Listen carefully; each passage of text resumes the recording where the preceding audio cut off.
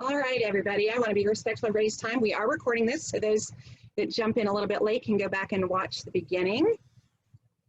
It is, I've got 4:02. Has everybody else got it similar? Somebody give me a thumbs up. All right, thank you, Kristen. All right, so welcome to Thursday afternoon at 4 o'clock. What's working and what is not in team building for 2020? So I just want to do some quick introductions really quickly. I've got with me here today, let's see, I've got Bill Hoban from our team, who's up there in the left-hand corner for me, but Bill is partner within PlayWorks Group and is also my husband of great cuteness. So we're tag teaming a little bit on this in terms of some of the technology, so he's helping me with some of the back end stuff, but thank you, Bill.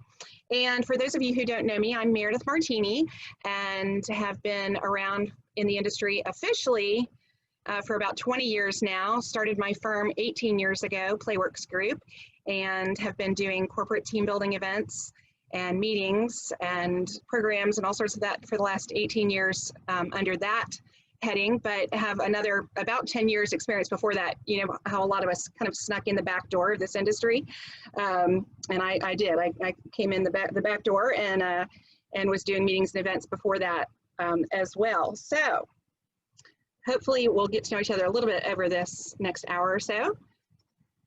So 2020 and team building. What a weird world it's been. So at the beginning, we started off the year just like any other year, and we were doing programs and we were excited, and everybody was connecting and spending time getting to know each other, having fun. And you know why we're all here really too is because things changed. All of a sudden we had a target on our back.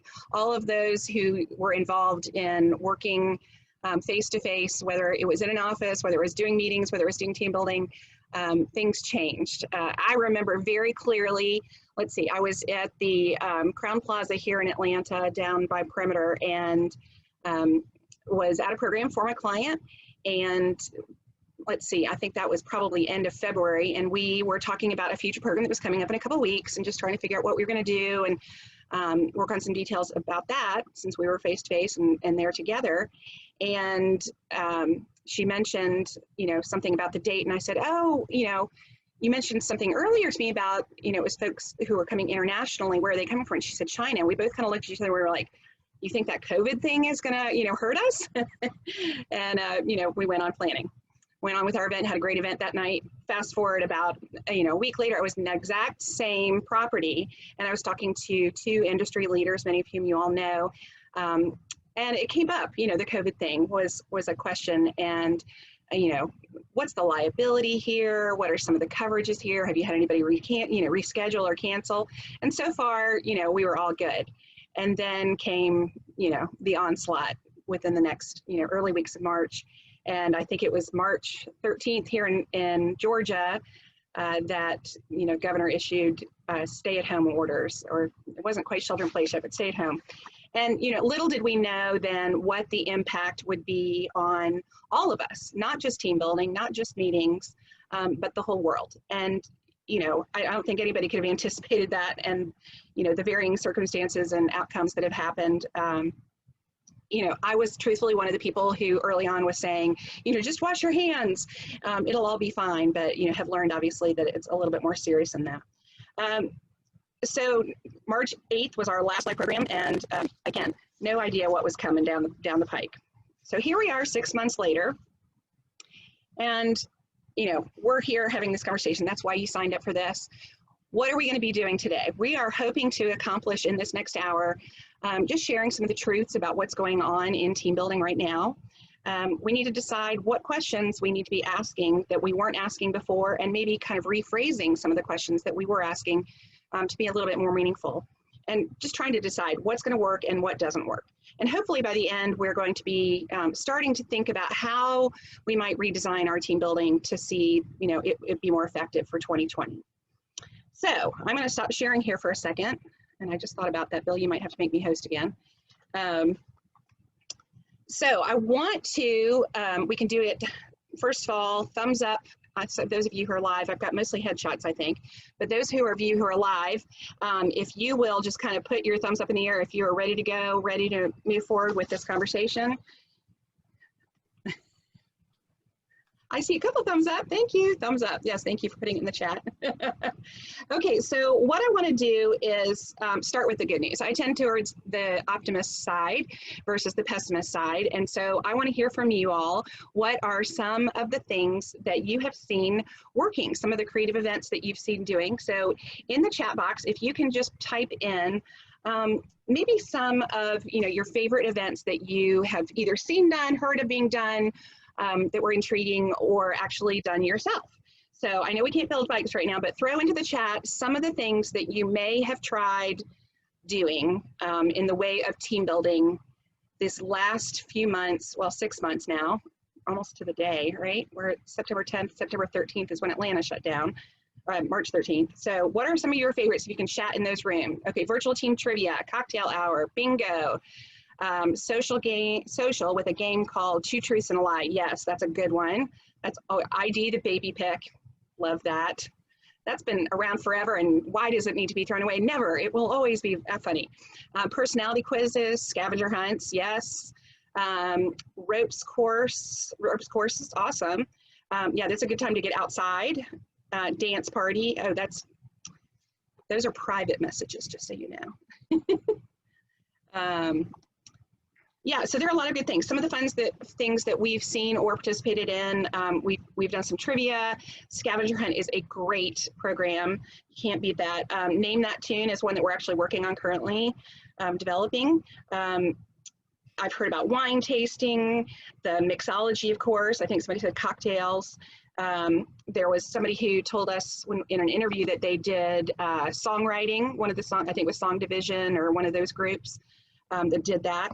There are tons of fun options. In fact, I just saw one on Facebook on an ad the other day, posting on an ad for build your own charcuterie board, which I thought was fascinating. I was curious about how they were doing a team building with that, but apparently they'll mail you the cheeses, the meats, the board, and then they will show you how to put it together beautifully. So curious, but so what are some of the things that you, lip sync, yeah, that's a good one. I'm curious about the lip syncing. I know I've tried to sing happy birthday to people as a group on a Zoom chat, and it went terribly. So I'll be curious how the lip syncing goes.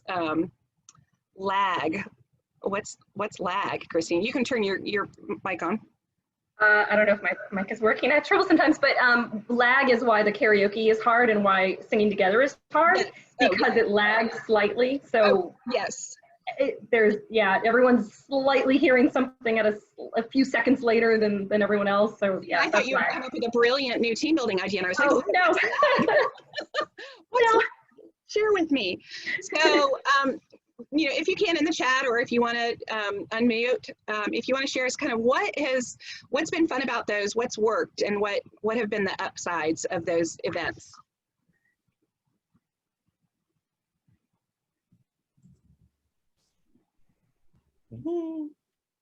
Quiet. Anyone want to jump in? The lip sync was a charity fundraiser. Each entrant pre-recorded, had a host and a moderator. Brilliant, Janine. Yeah, I think the key, like Christine said, is to overcome the lag would be to have that pre-recorded. Yes. So anyone else have some success with some of those things? Mitch. I love the Two Truths and a Lie, because if you didn't know the person, you really learned a lot about them, and if you did know the person, you still learned a lot about them, so that made it really interesting. Yeah, there's some really good things that we all have little secrets. Now, hopefully you're not sharing the skeleton locations, but hopefully you can enjoy sharing some fun things about yourself. Okay, Chris, Team Trivia, weekly social, not corporate thing, but it's been a really good way to connect and hang out with a bunch of people safely. I think I've seen you and a couple of your friends posting about that. And you bet, does it, yeah. Know some of those folks. Okay, made a pizza making class that was interactive. Everybody enjoyed making the pizza and then eating it. So did they ship you, Dana, the ingredients? We actually shipped them the ingredients. I got on Instacart and ordered it for everybody. Oh, I mean, doesn't Instacart make everything easier? It makes all of life easier. It was easier, yes, yes. Who knew that I should have been buying that stock back in February? Yeah, being able to get to know some of the teammates, you know, it's a good way to kind of connect in a different way. Some of these virtual team buildings. Again, there are so many fun options, and you know, we've led a couple of them. You know, would love to do more. You know, so plug bell. You know, now for the kind of the bad news. The bad news of virtual team building or team building right now. So again, let's put it in the chat, or if you know have a story you want to share. How many of you are working from home?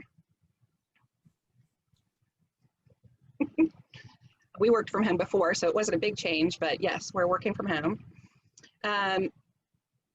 How many of you have been on a video conference sometime today already? Okay, those of you who are on don't have your screen sharing, if you wouldn't mind, if you're comfortable sharing, I did one earlier today and I get it. I did not share my screen, so if you're nude, please don't. Please don't. Yes, yes, yes. I'm saying lots of yeses. So this is, I think, my 4th Zoom today, and I had 5 yesterday. How many of you had this week? How many, show of hands, how many have you had this week? I don't think I can fit them all on both of my hands. Yeah, 9, 5, 4, yeah. 4 or 5. I mean, it's crazy how this is just, oh, and we've got a social tonight. You've been on one since 10 a.m., Janine. Oh, bless your heart. Too many is the answer. And it's just such a cultural difference that we're living in. And here's what's happening is that people are literally exhausted. So, it's always ironic to me that I'm leading this conversation as I've been planning and prepping. It's so weird to think that somebody who does team building for a living is like, wow, this is not working. This is really hard on people, because while people are feeling disconnected, and in theory and in practice, there are some moments that have been great, especially early on when we were all sheltering in place and stay at home and that kind of thing, where it was so good to connect with people and we really wanted to spend time. But as we've progressed and as we're 6 months now into this, with people varying in opinions of whether we should stay home or go out, that Zoom connection is getting harder and harder to make.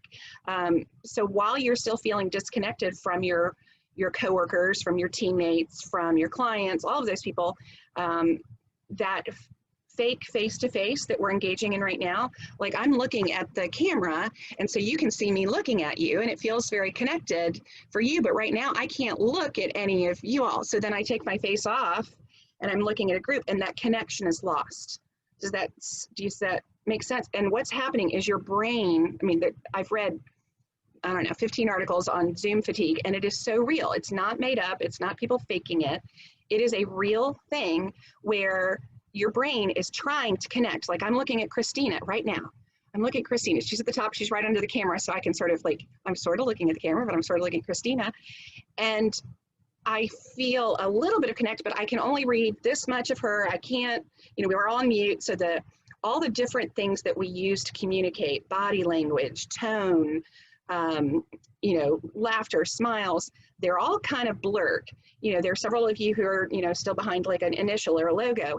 And so I have no idea what you're thinking or whether you're even really there.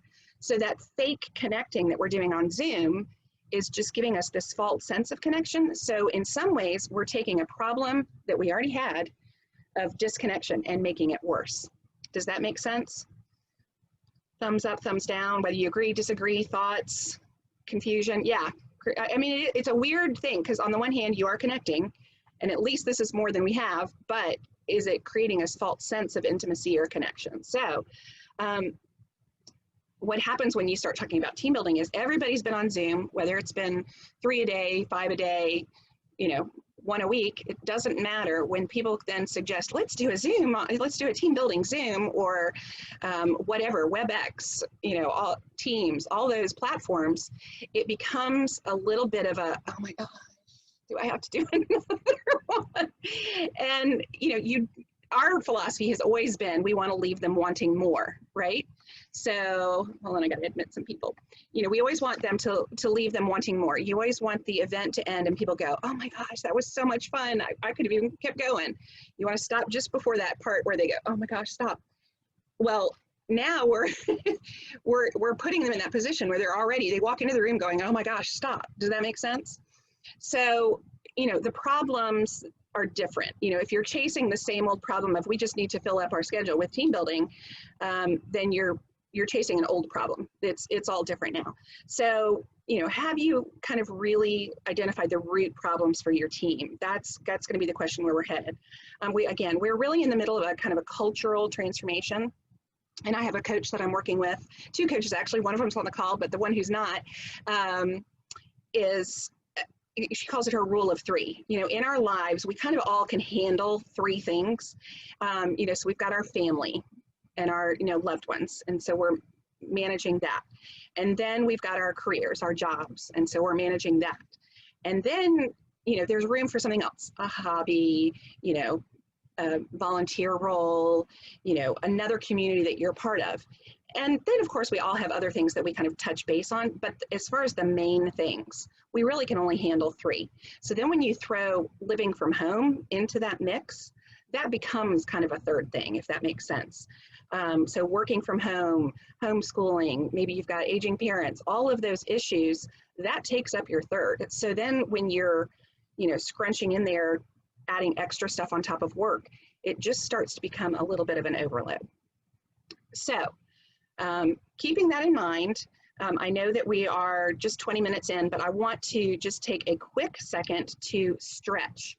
I know that it's the end of a day, it's 4:20, and I for one, just need a little minute. So whether you're standing up and you've got the camera off, or whether you just are shaking your head or whatever, just get in touch with that physical side for just a second.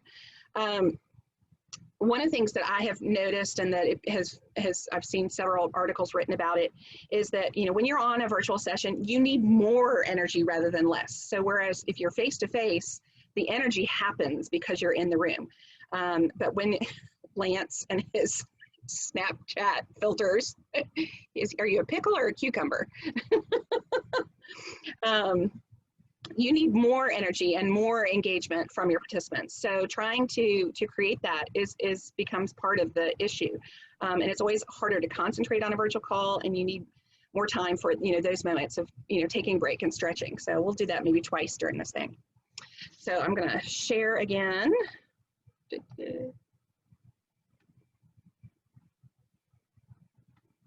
Maybe not.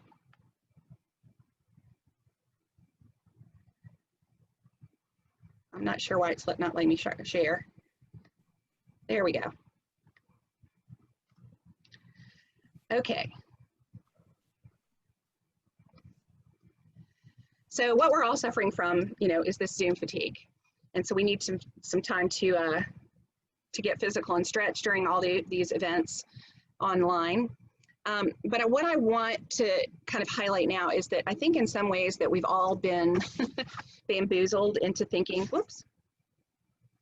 we've all been bamboozled into thinking that, again, we used to do team building as part of a meeting. So we need to do team building as part of our meeting or conference, or we used to do team building once a week or once a month or once a quarter. And so we just need to schedule that. And it's going to look different, but we've got plenty of virtual options. So let's just move it online. We'll be fine. We used to think, okay, when do we want to do it? How many people are coming? What are the objectives of goals of this, team building? What have we done in the past? What worked? What didn't? We might go so far as to say, what are, some of the age ranges and the generational, things as part of the group? What's the personality style? Do the participants even know each other? What's the interaction frequency? We have this kind of list in our head of what we used to ask. And So we just kind of take that with us and move on. What are some of the questions that you would typically ask when you are planning a team building? Write that into the chat room. So if you're planning a team building for your group, what are some of the questions that you would typically ask before COVID, pre-COVID? If you can just chat those, put those in the chat. What are the goals? Well, I like that, Trish. You're hearing more requests to audio only. Huh, yes. I know when somebody asks me, can we just have a call? I'm like, yes, thank you. Yeah, more audio. Zoom fatigue is real. Age range, yes. What are your end goals? How much time do we have? Yes. Trying to keep up with. Is this on-site or off? Yes. How many participants? Team building need to be tied to a theme. Participants already know each other. Or they just getting each other. What's your budget? Do we need to incorporate a give back? Introverts, extroverts, yes, that's huge. Did I miss any? I think I got them. Yeah, I mean, what have they done before? Yes. Are they competitive? You know, one of the things that I always like to ask is, you know, at the end of this event, how will you measure success? Like, you know, is it just the, you know, the high fives and the rah-rahs, or, you know, how are you going to measure the success of this event? One of the things that I am starting to see, and this gets into, you know, the next part where we're shifting, is that really all of us who are working with teams, whatever your capacity, whether you're a manager, whether you're the meeting planner, whether you're an event planner, or you know, the owner of the team, it's almost like we're shifting. And again, I've said this in the past before, that maybe we need to think about this anyway, is that team building really needs to fall under like the HR function, that meetings and events can be part of the HR function, because what we're really doing is we're creating brand loyalty, we're creating job retention, providing these positive experiences, memories, you know, building strong connections and affiliations. What we're doing is we're showing them appreciation. We're doing employee engagement. Does that make sense? Thumbs up, thumbs down.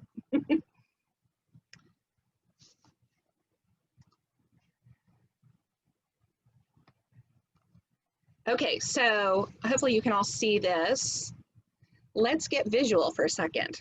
So can you all give anybody, if you've already done this before, then give it everybody else a second to, you know, and you already know the answer, then give everybody else a second to think about this. But when you have the answer, give me a thumbs up, or put a I've got it in the chat. But figure out, what is the number under the parked car? What is the number under the parked car?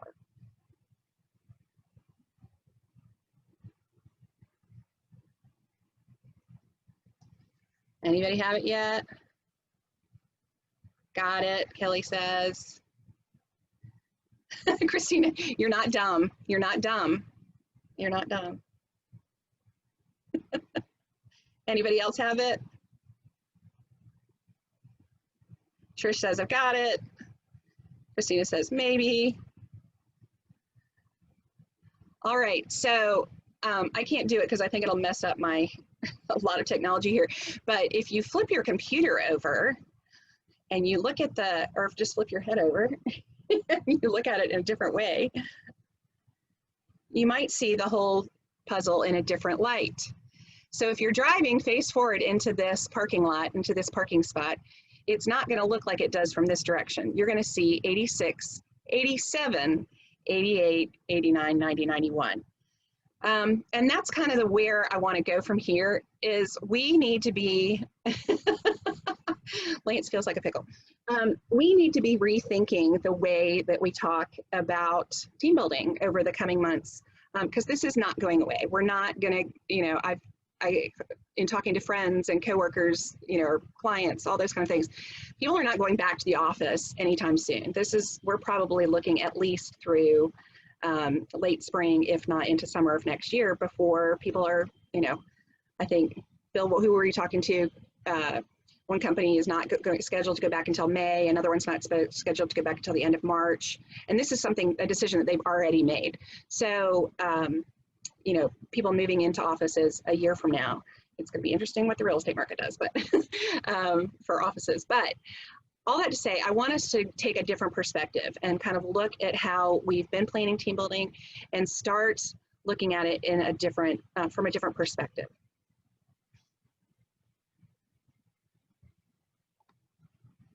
Okay, so how do we go from order, which is where we were in February, through disorder, which is where we've been for the past 6 months, to reorder? Because at some point we've got to take the reins of our own lives and our own perspectives and get out of the disorder, because I think that's what's causing a lot of the situations that we're seeing. How do we, you know, take control of what we can and create a new sense of order within the way that we plan team building? Because what I've seen, unfortunately, is that there's not been a lot of strategy. What I've seen is kind of inconsistent team building, you know, spitballing. Oh my gosh, I've got a great new idea, so let's throw that out. Oh, I just saw the, you know, Facebook ad for, you know, charcuterie boards. So we're going to do charcuterie boards next. And what that ends up doing is you end up losing trust with people. And, you know, that's the last thing that we want to be doing with our employees right now. When they are already in so much disorder, you know, we don't want to be losing their trust. How can we create stability within our strategy, bring consistency and connection in a world of, you know, complete, you know, so many unknowns? So we need to think about how connecting our teams will look differently now. So does anybody have just like any initial thoughts or like questions so far as we like head into this like more the redesign portion of our hour together? And again, feel free to unmute if you want to.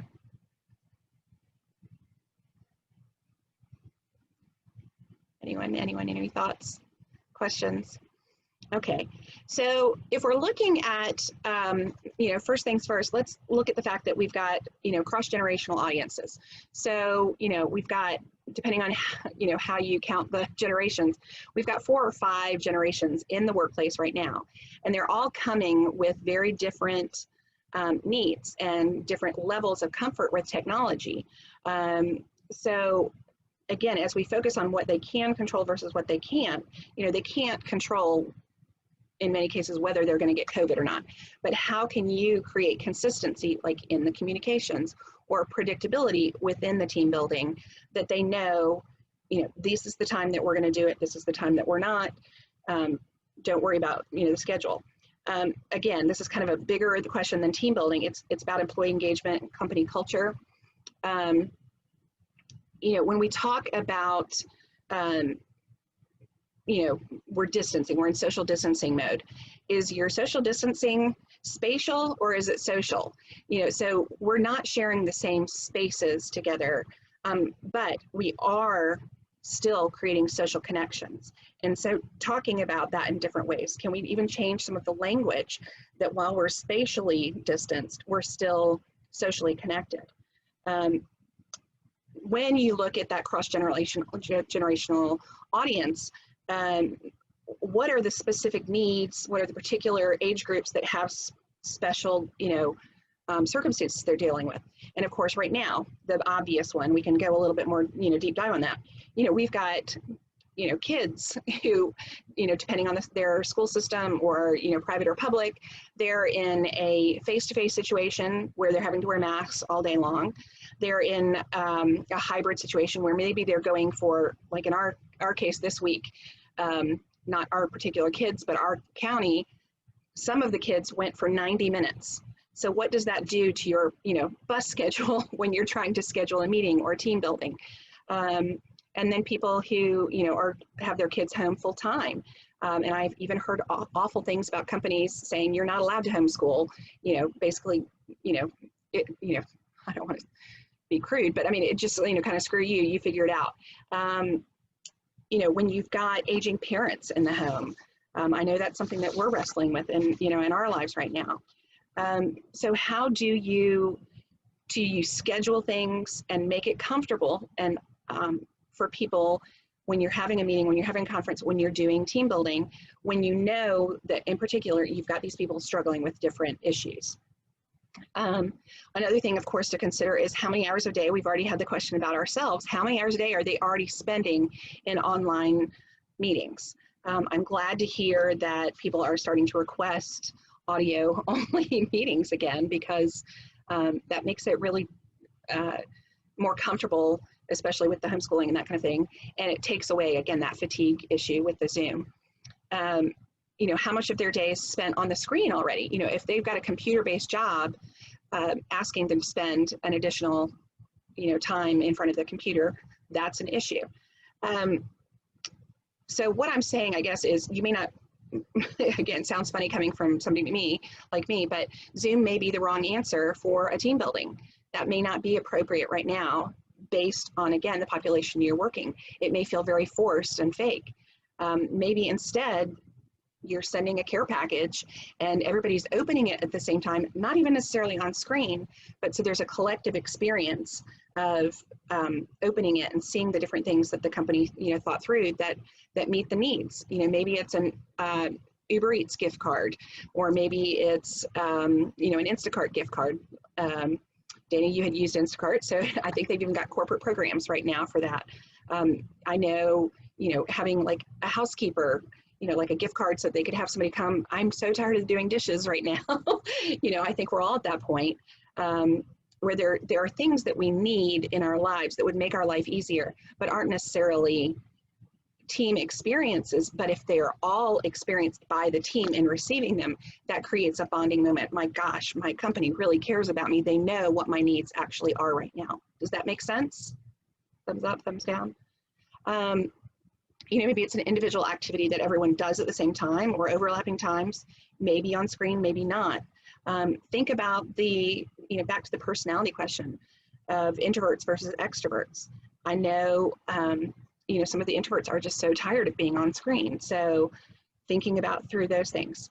Timing is a huge thing that we need to be thinking about in our redesign.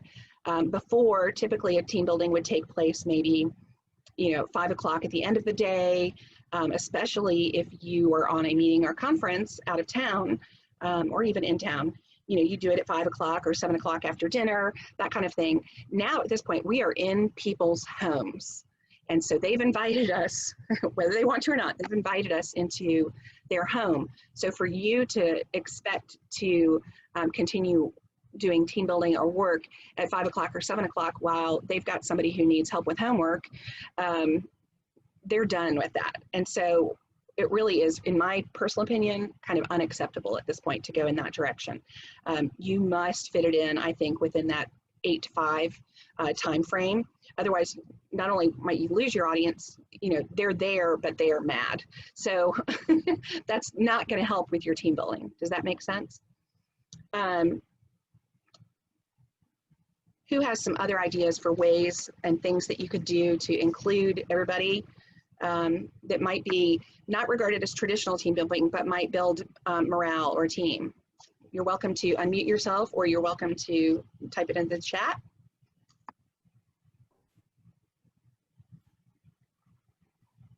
One of the things I'm doing for a group that's coming up in October, we're doing some team building stuff over, you know, apps and video and stuff. But one of the things we're doing is a photo collage. So everyone's going to submit photographs. We'll give them some themes and things and ways to submit them. And then we've got a company that's going to put them all together in a mosaic of the company logo at the end. And I thought that was kind of neat because it's something where you don't all have to be talking to each other or facing each other or whatever. But the end result is this is all together making up the company. So I love that. And I've seen that done before at a live event. And I love the idea of using that for virtual, because it really is. It, you know, it sends home in a very visual way. You're part of this organization. You're part of this company. And we can't be complete without you in it. Yeah, exactly.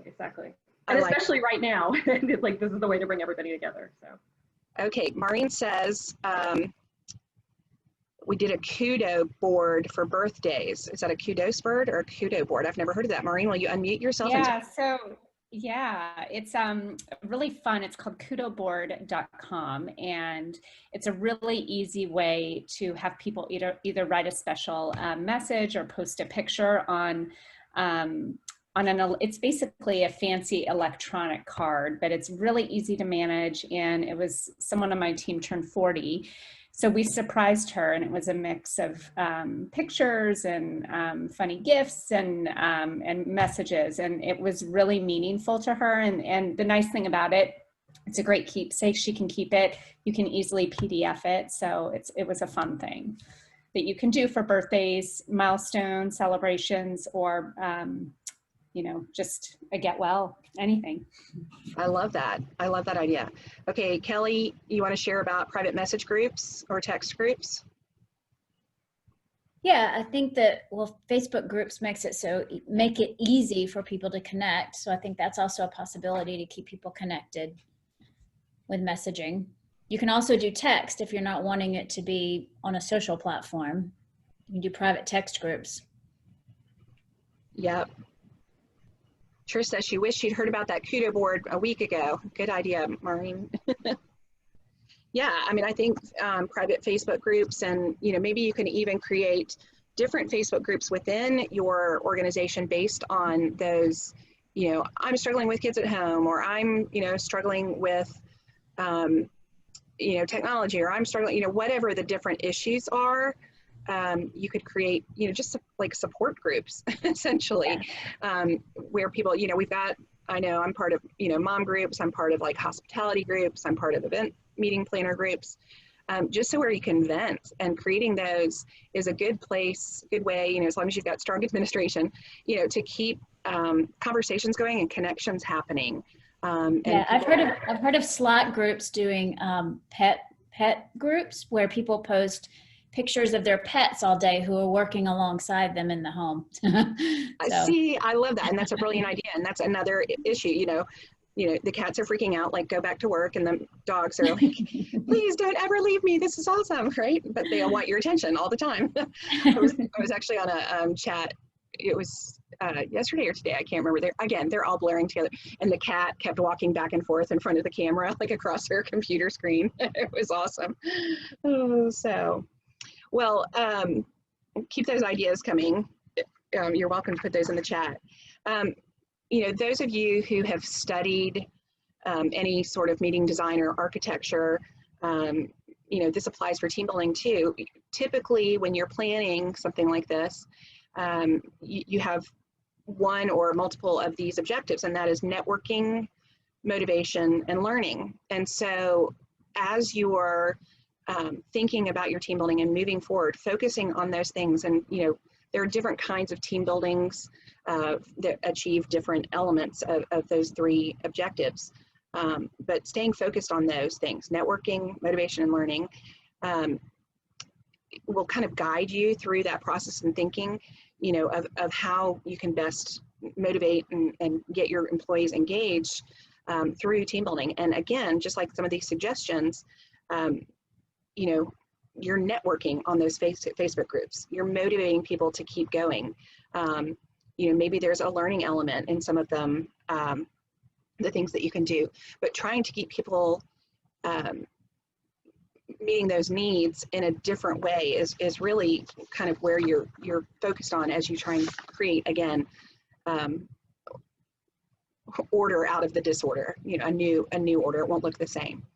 When I think back to, what I love about team building, why I think it's so important, there's so many things, obviously, that I enjoy about it, but really the science behind it. There's a lot of brain science behind why team building is important. And so I'm not saying stop doing team building. Hear me in that. And even some of these fun ideas, they're amazing, and we'd love to help you with them. But allowing participants to build actual neural connections in their brain is what's happening when they're learning. It's happening when they're networking. It's happening when you're motivating them. And the team building provides kind of a context for that, especially in conjunction with the meeting. So they're using they're able to like rest their brain, but it's a social brain that's resting. So they're able to build those neural connections. So the learning then becomes more sticky. And so their affinity for each other becomes more sticky and becomes more critical. And their memory of the brand, it's reinforcing all those things. So while you're trying to get people connected and connecting them with each other, it's doing all these things secondarily in the brain. Play is huge for that, and that connection time. Those allow people to process information. So creating those playful moments, even if they don't look like they did before, is critical. You know, the truth is, when it really comes down to redesigning, you know, what you're doing for team building, it comes down to empathy. You know, at the end of the day, I think in order to survive all of this craziness that we're in, and the turmoil that we're in right now, as a world, it takes empathy. And so really putting people, you know, first as you think about what you're doing. So I'm going to stop sharing here for a second. So what are some key takeaways that you've gotten from today that you want to talk about, or what ideas have you do you want to apply?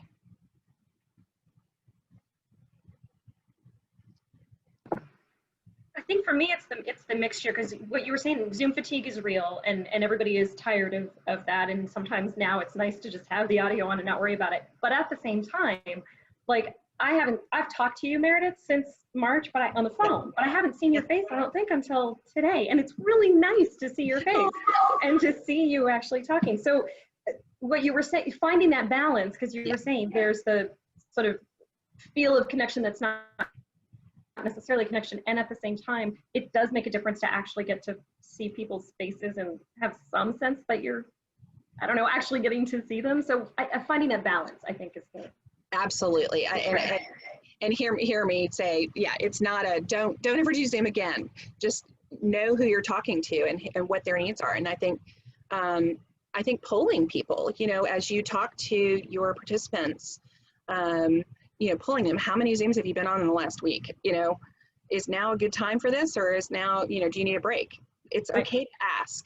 Again, that's that position of empathy, and that getting their feedback and their response, then it makes them feel like a participant in the planning of it. Does that make sense? Yeah. There's a little sideline chat about hair over here. Mitch, go for it. I'm totally going to use your get up and stretch. I deliver so much corporate training right now virtually, and sometimes it's 2-hour classes. And I do stop in the middle and say, okay, let's take a bathroom break. But I like how you just said, let's just get up and stretch. Or for me, because I'm musical, I had the idea to just like throw some like salsa music on and say, okay, we're going to stop the training for a minute. Everybody get up. I don't know, give me your worst or best salsa.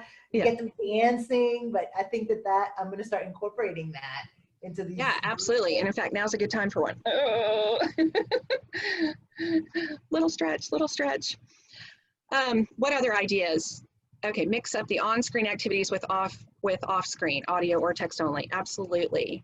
So like, give an example, Kelly.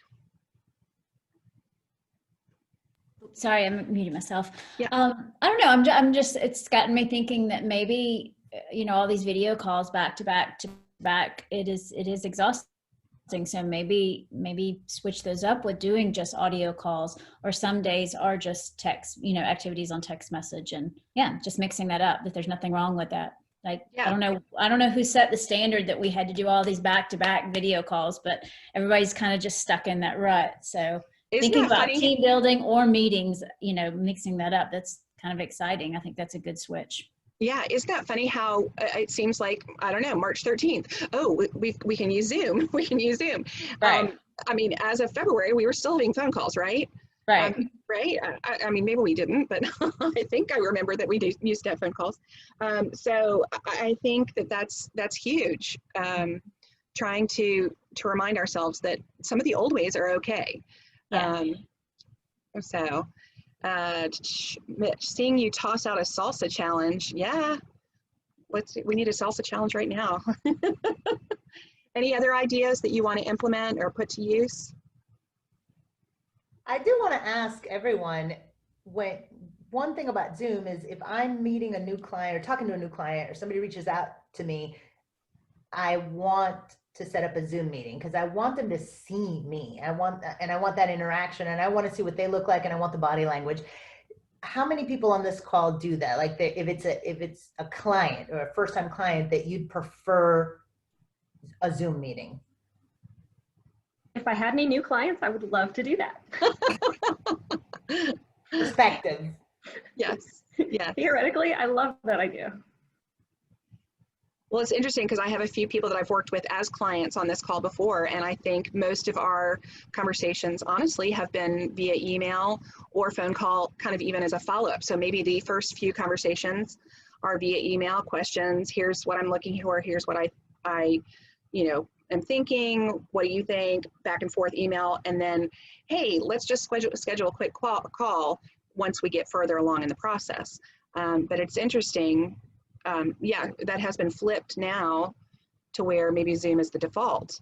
Invitees to a Zoom meeting always have the option, of whether or not to turn their video on. Exactly. So you can always, just do audio basically through your computer. So, lots of ways you can do it. And I think giving people options, again, that kind of polling idea of creating a conversation with them and saying, what would you feel more comfortable with? I'm happy to do a Zoom if you'd like to, or we can just have a call. Puts that in their comfort level, back to them. Again, leading with empathy, starting from that perspective. So, any other takeaways? I love the idea of team building, bringing it into people's homes because they're already there working. So I love the idea of, like you mentioned something about making the guacamole or whatever, like the team effort of people doing things together in a setting that you wouldn't normally get in an office because you aren't in an office, you're in your home. So coming together in your kitchens or in your dining room to have a lunch meeting at the same time, you know what I mean? I like the idea of incorporating, it's kind of like incorporating your kids and your cats and your animals. Like, I always welcome that because this isn't normal. Like this situation's not normal. Absolutely. I think, anytime you can make people feel comfortable, and I guess, again, it's creating an option. Not everybody's going to want to bring their kid on screen or whatever, but if they're comfortable, why not do the salsa competition? You send them the ingredients, they make salsa or guacamole or whatever with a member from their family. And maybe it's not that they're even all doing it together. Maybe they have to video at the end and do it like a cooking show, where they do segments, and that's a fun thing they can do together, but then show that to the group when they come back. So I love that.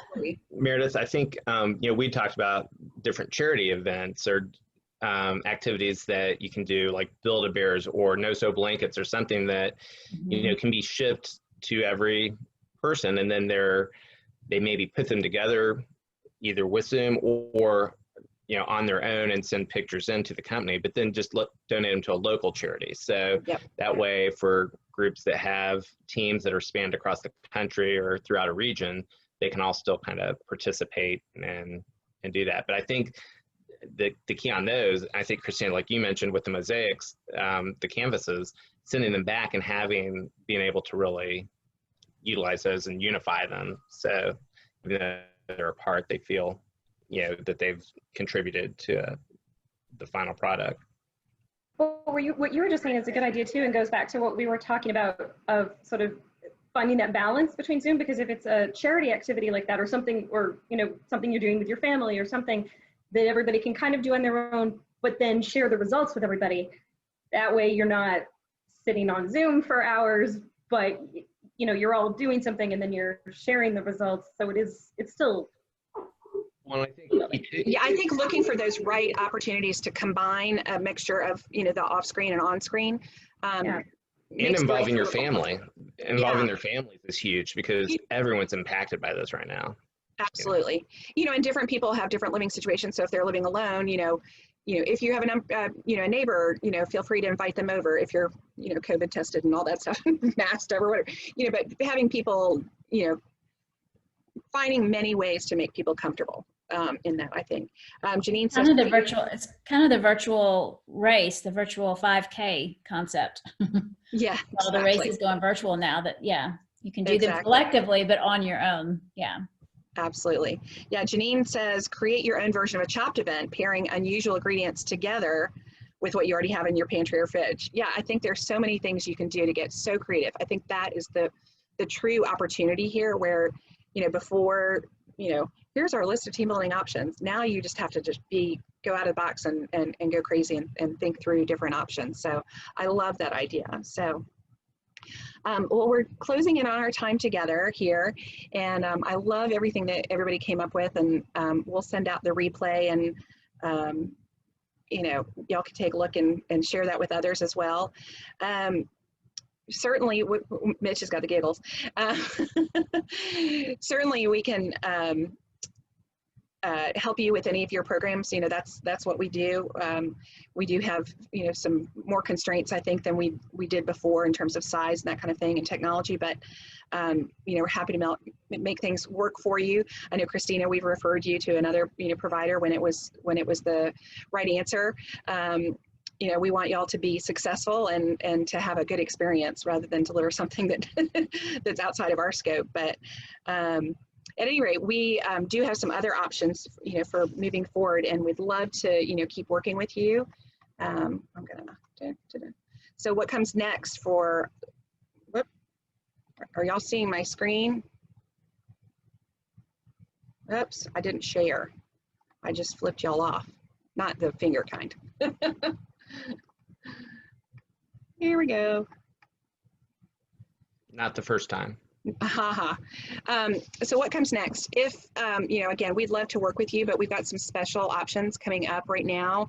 If you'd like for us to walk through with you, we've kind of started going through the redesign process, but we have a kind of a whole process that we use. It's our,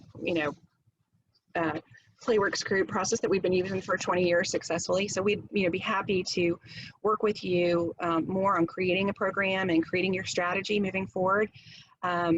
We're going to be doing actually another one of these workshops in another 2 weeks, but it's going to be a paid workshop. But it'll be live, and you can sign up for that, and we'll be going to kind of the next step deeper, working with you all on your specific programs. And the first 3 people, I think, that we've set it up, first 3 people who sign up, we will actually put you in the hot seat. So we'll talk to you beforehand and get kind of your scenario, and then we'll work through with you as an example on that call. So that's happening. And then if you want more one-on-one individual coaching, we've got an option there for you. So just go to that bit.ly, more PlayWorks Group, please, more PWP, please. If you want to, thank you, Kelly, for typing that in. If you want to check that out, we'd love to work with you. And of course, do whatever team building you need in the meantime. Would love to stay connected, and hopefully I'm connected with most of you through our different social media, but if not, please reach out. And I think that's all for today, unless anybody has any questions. Thanks, that was a very helpful conversation. Thanks, Christina, I appreciate it. I appreciate you all being here.